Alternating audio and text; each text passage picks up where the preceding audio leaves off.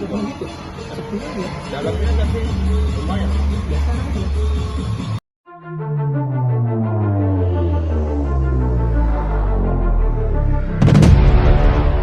Polrestabes Medan. Oke, bisa diceritakan dikit. Itu mulai kapan? Sejak kapan? 28 Desember kita melaporkan. Desember 2021. Iya, 2020. Oh, 2020. 2020. 28 Desember 2020 kita sudah melaporkan di Polrestabes Medan seluruh korban dan Ini sudah terkait apa? terkait arisan ownernya Desi Kamira Pasaribu. Desi Kamira Pasaribu. Kamera Pasaribu. Jadi kakak melaporkan si Desi ini terkait dugaan dia Penipuan dan penggelapan. penipuan dan penggelapan. Total yang ditipu dan digelapkan 1,4 M. 1,4 M. Berapa korban?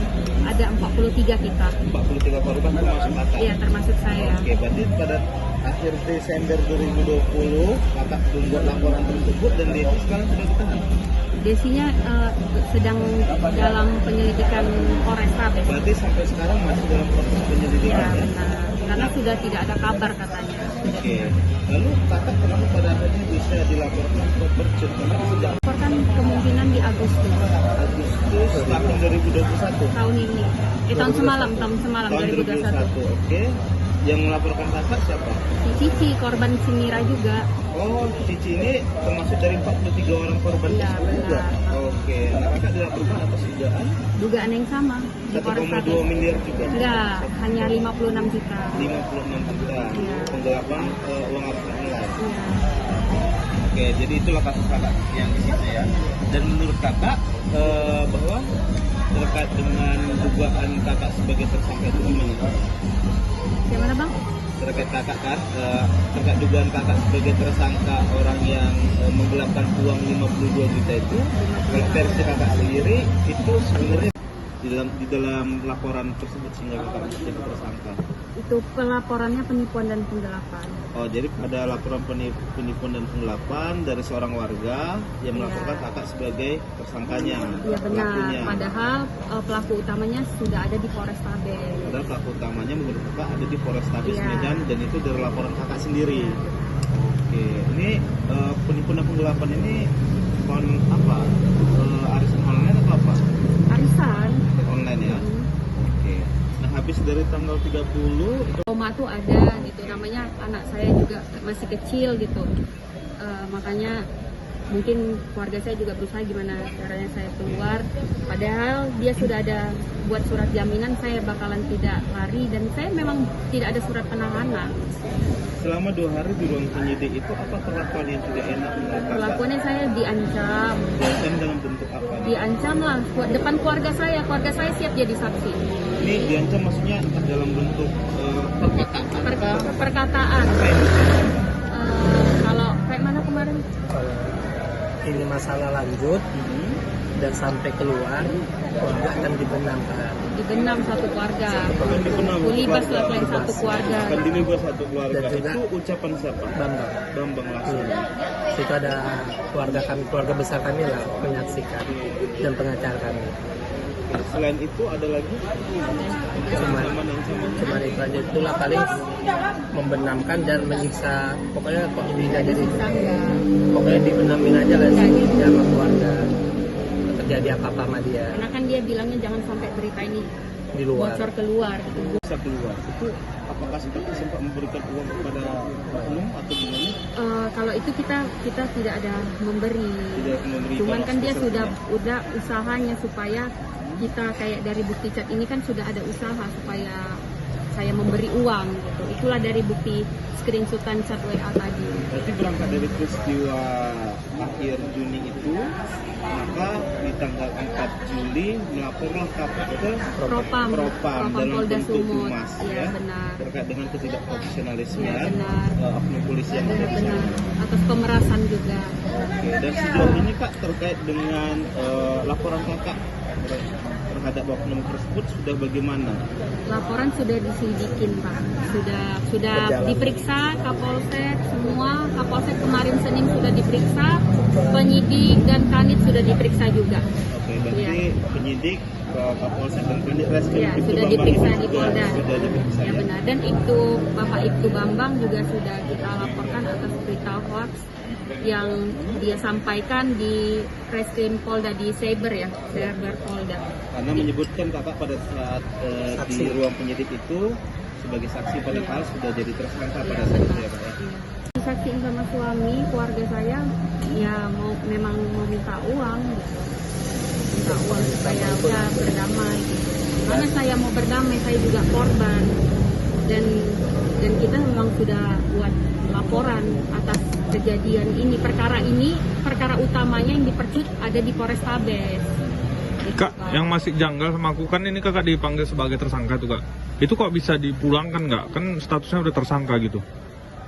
Kalau itulah kita tidak tahu Bang, coba kalau di sini kan Dina nggak mungkin jawab karena Dina juga nggak tahu, coba koordinasi ke Bang Joko aja atau ke penyidiknya.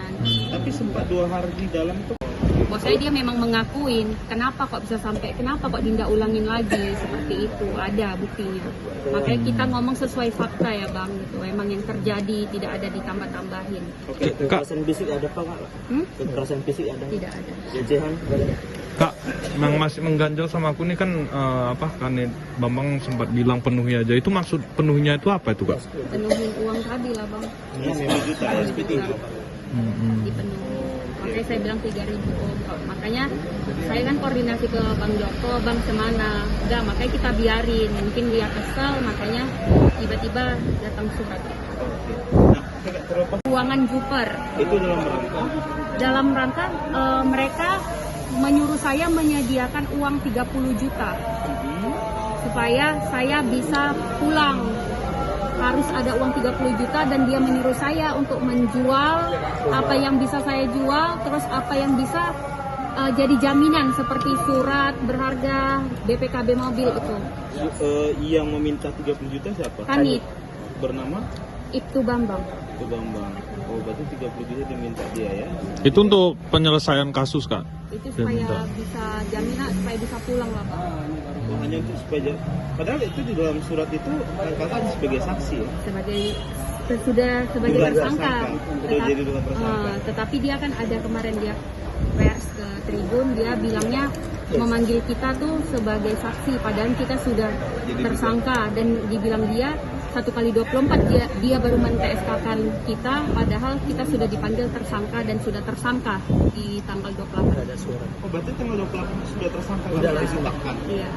Oke, nah terkait yang ada 3 juta lalu Kanit ini bilang, ini Kanit Bambang ya? Iya, Kanit Bambang ya.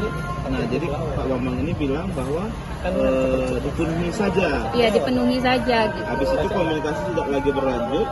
Nah, habis itu kemudian Datanglah surat panggilan sudah diduga sebagai tersangka. itu di bulan Juni.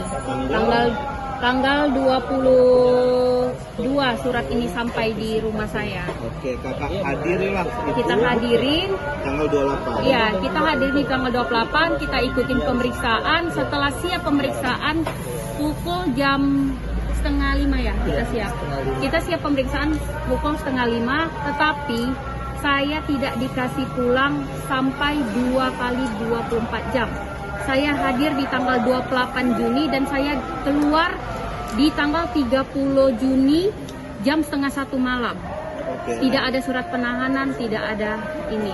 Jadi tanggal 2 minta uang 10 juta untuk Supaya itu tadi, perkara tadi diselesaikan Di gitulah. SP3-kan. Iya, diselesaikan lah bahasanya. Diselesaikan gitu. bahasanya ya. Oke, Jadi nah, Dinda, habis itu Dinda bilang, Dinda tidak ada uang Om. 3.000 bisa Om, ini dalam chat. Nah ini 3.000 bisa Om, dipenuhi aja Dek, dibilangnya. Ini Bang. Terus saya dapat panggilan itu di 28 ini, surat panggilan tanggal berapanya? 28 Juni saya hadirin, Selasa. Ada di 28 Juni? Iya. Oh, Itu berarti- saya hadirin, berarti surat panggilan ini sampai ke kita di tanggal berapa ya? Tanggal 22 Juni, Bang. 22 Juni kakak mendapatkan Surat panggilan. surat panggilan. Dan kakak datang ke Polsek itu tanggal 28. 28 Juni ya? Untuk 28 pemeriksaan sudah diduga sebagai tersangka. Tersangka apa kak? Nah, kemarin kita ketemunya itu di bulan Januari, Bang, di tanggal 18. Berarti yang di mana? Yang di Cafe Kenzo dia minta uang 10 juta. Oke, berarti pertemuan pertama itu di Januari Iya. di Cafe Kenzo dia minta 10 10 juta 10 juta. agar dia video aku potong Dari aja. pertama dia ngajak ketemu ya, jumpalah kita, periksa kenapa om. Ini banyak yang dihapus.